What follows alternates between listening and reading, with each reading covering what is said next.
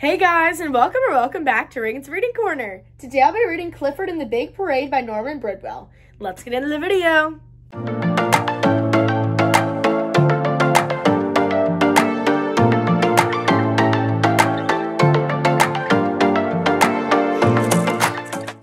Clifford and the Big Parade. I'm Emily Elizabeth, and Clifford is my dog. We live in a great town. Last year, our town celebrated its birthday with special events and a big parade. Everyone wanted to look the way people did 100 years ago. They dressed up in old-fashioned clothes, and a lot of them had grew beards. Clifford and I dressed up too. Clifford looked good in the fake beard that I made for him. We went to the city park to see the old-fashioned games and contests. One team of old horses in the log pulling contest was having a hard time.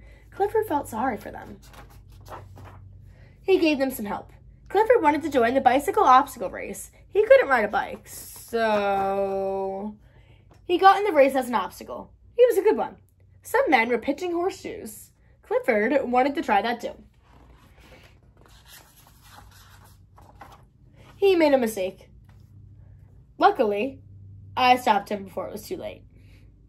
Next, we played volleyball. Clifford was keeping his eye on the ball, but he forgot about the net. Poor Clifford. Volleyball was not his game. He saw some people getting ready for a pie eating contest. Now that looked like something Clifford would enjoy. It was Clifford. He was a champion pie eater. Afterward, Clifford tried to lick the pie crumbs off his fake beard. Some birds came to help. The birds liked the beard more than Clifford did. We left it behind and went off to get ready for the big parade. There were bands and floats lining up in front of the school. One float was being decorated with all kinds of flowers. Someone forgot that bees love flowers. Clifford tried to shoo the bees away, but that didn't work.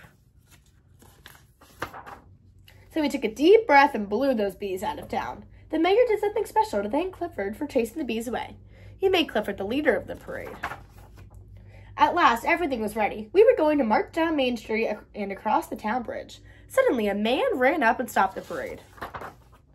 There was trouble ahead at the bridge. Clifford and I rushed off as fast as we could go. Oh no, the bridge had collapsed. Clifford did some quick thinking. Can you guess what happened then? The big parade went on as planned, but Clifford wasn't in it. He was under it. Good old Clifford saved the day. It was the best birthday party ever. I hope you guys enjoyed Clifford and the Big Parade by Norman Bridwell, and I'll see you guys next time on Reagan's Reading Corner. Bye. Thanks for watching. Make sure to like and subscribe down below.